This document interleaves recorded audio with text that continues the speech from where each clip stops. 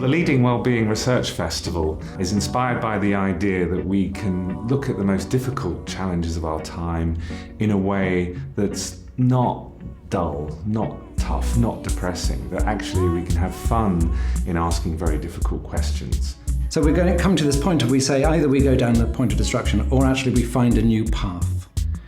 And you say, what is that new path? That new path is about rethinking our connections to each other and connection to the world around us. It's not merely that we're learning that we're interdependent on, say, the rainforests or the oceans, but we're learning that we are interexistent with them. The power of stories is enormous. When you share your story, it immediately brings me closer to you. It makes me look at you beyond what you reveal to me. This global interconnectedness relies on the current system. We're living almost in the milieu of that system, so we don't even see the system anymore. There is a natural attitude within family businesses towards the well-being, not just of the owners, but of the entire community, of the entire people that participate. Women have a particular role and almost a kind of historical moment to play that role for society, and I think we're actually all really hungry for it. Whilst you might still need the odd inspirational figurehead to galvanise that type of change, it is going to have to be about mass movements, and that's most mass civil movements, mass movements within organisations, and mass movements even in a kind of trans and international basis.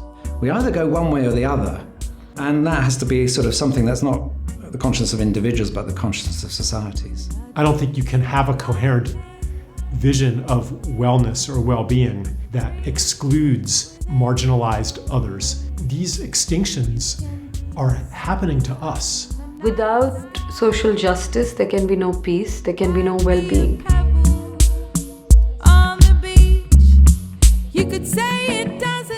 We've had people coming from all over the world and from all sectors, all walks of life that have really gelled because they have an open heart, an open mind. They really want to learn from each other and be extremely creative and come up with new ideas. It's been a really amazing achievement to have a research festival that's bringing together all these different people to talk about stuff that really matters. They have made sure that it's not just the mind, but it's more holistic. And whether that's why it's mindful walking in the woods, or it's canoeing, or it's Tai Chi, or it's just talking and sharing stories, or just having a moment to reflect, all of that contributes to your well-being. I love the combination of the theory and the academic side as well as the practice. It's been a joy to be in a drumming circle in a yurt, or to have late night conversations just watching this beautiful landscape. It's great to have those spaces where we can have the conversations that may not be so comfortable, either to start collaborating together or to really inform each other's worlds. Dancing with people is such a wonderful way to connect, not using our brains, and I think that led to like a bigger sense of trust and openness between people. Every aspect of the beautiful environment, the programme itself, the organisation has been truly magnificent. The messages that have come out of this festival have been very much about inspiring people towards well-being, whether it's from a leadership perspective or from a personal or team perspective. And I think it links in so well with our values here at Brathay. We talked about spirituality, we talked about leadership, we talked about sustainability, and we talked very naturally about love.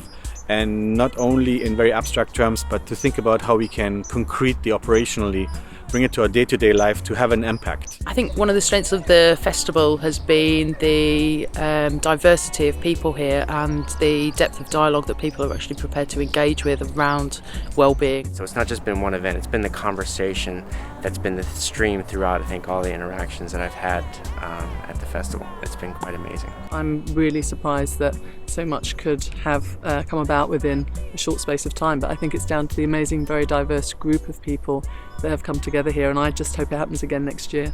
It's been great establishing a community of people to come together to make this festival happen in this space, a unique space, a different space for reflection, contemplation and action. But it's made by the people, and the people here have been absolutely fantastic. One life, place bright.